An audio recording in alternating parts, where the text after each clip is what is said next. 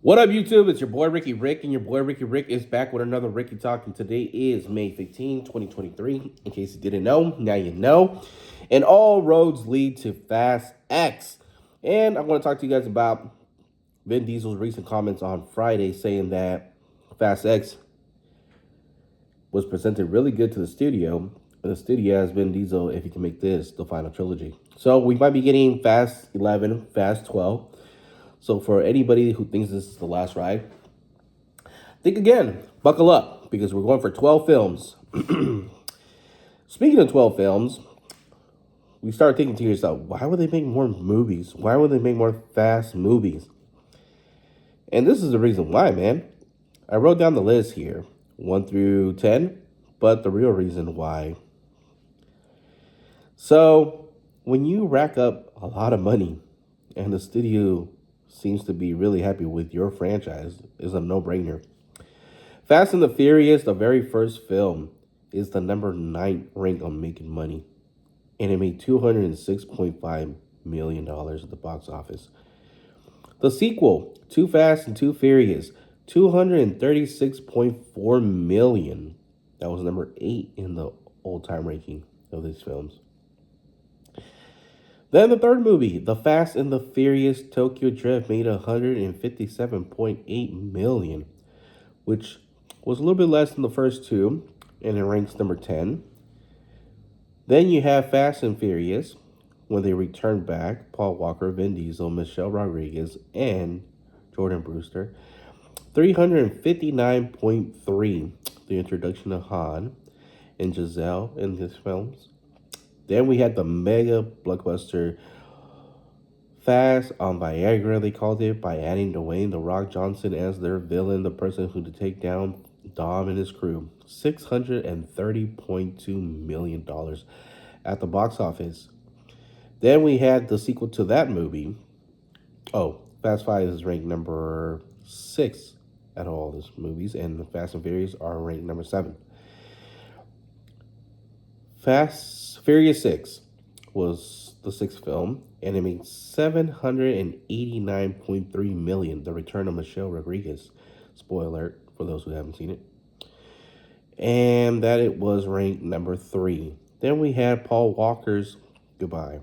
Furious 7 was also ranked number 1 of all time, that all the Fast and Furious movies, which brought up 100.50 billion in the box office. The sequel to that, Fate of the Furious, ranked number 2, 1.24 billion at the box office. And the last one, I did not write the last one. The Fast and the Furious, the worst of the saga. The Fast Saga. I don't have the numbers for that one. But Fast and Furious presents Lucas and Hobbs. They made $760.7 million. That was a spinoff, by the way. That's crazy. That is crazy. Fast 9 was number 5 of all time. So ranked a little lower than Hobbs and Shaw. Sorry, got my allergies going on here. I also want to rank these movies. What's my taste of 1 through 10? So I'm ranking the Fast franchise 1 through 10. For me, a movie, when I'm ranking these, I'm talking about movies that I can watch back and see it from start to finish and enjoy it all the way through. So the very first one for me is Fast 5. I really love that movie. I love it because all the characters are together. You got Vin Diesel, the original characters, mixed with all the characters that were introduced to us in Fast 2, Tokyo Drift, Fast and Furious. So bringing them all together, the idea of bringing these characters together was cool. I don't think we ever seen that before in a Fast film and in any other franchise besides the MCU, where they brought the Avengers together. That was cool. I like that concept. And it was a great way of continuing your franchise, keeping it interesting and not repeating yourself, Some of the horror films should really consider that, If you have multiple horror movies with sequels and you have characters to survive, maybe that's one way you can carry on your series or franchise. For me, number two, Furious 6. I really enjoy that movie once again because they have all these characters that were introduced. We have the mystery of Michelle Rodriguez. The Shaw brothers were introduced. I don't know. I liked it. I thought it was a fun film. Where they're facing off against other potential double gangers. I thought it was funny. Then from there, number three, I put the original, The Fast and the Furious, because you cannot have the original in your top three, you know. So from there, Fast and Furious 4, I really enjoy that film a lot. It's right up there for me. Then I put number five, Fate of the Furious. Then from there, number six, the spinoff, Luke and Hobbs, just because I really like Hobbs' character. Sean, these two characters in the film, just like the way they live their lives and how they're just like battling out throughout the series. That's pretty funny. From there, we got Furious 7. Even though it has most of the major crew together, they're back in LA. I don't know, it felt like a little weird watching this film. Like, it still felt like a fast film, but it also did not. We had the new character Ramsey introduced, how they're going to tie in the whole Paul Walker, the decision to continue filming these films. Then from there, I put Too Fast, Too Furious, just because we got Paul Walker. It's the continuation to the Fast and Furious first movie, and we're seeing where Paul Walker ends up, the introduction of Tyrese. And Tyrese, from Too Fast, Too Furious to when we see him again pop up in Fast and Furious, is like his character changed a little bit. He became more of the funny guy. Sorry. And then from there, we got Tokyo Drift, number 9. Can't disrespect Han, put him at the last, no.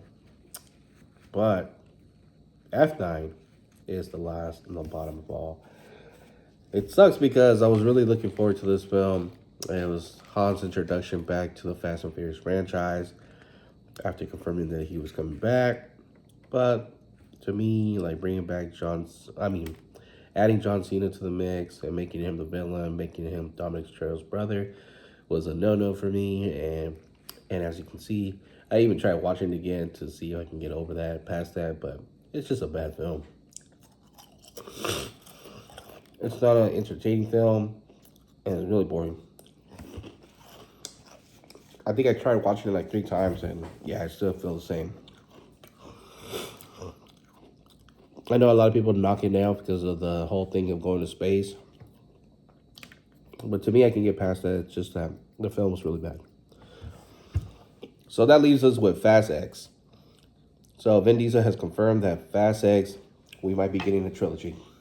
Fast 11, Fast 12. Once again, if you guys haven't seen the video before this one, spoiler alert, it looks like Hobbs is back. So I'm back on board. So far, everything seems to be pointing back to the right direction with the Fast films. Just saw the final trailer to this franchise that got released today, and it got me more hyped, got me more excited. So far, everything I've seen in the trailer, including John Cena, got me excited. There's a rumor that Luke Hobbs' character shows up, and he's the post-credit scene in the film. So that's got me even more excited for more Fast films, having him back and be part of the final part to this whole saga trilogy. So whether it's Fast 11, whether it's Fast 12, maybe they go all the way to 15, who knows. I'm back on board with the Fast and Furious franchise, and you can mess up one time, let me know.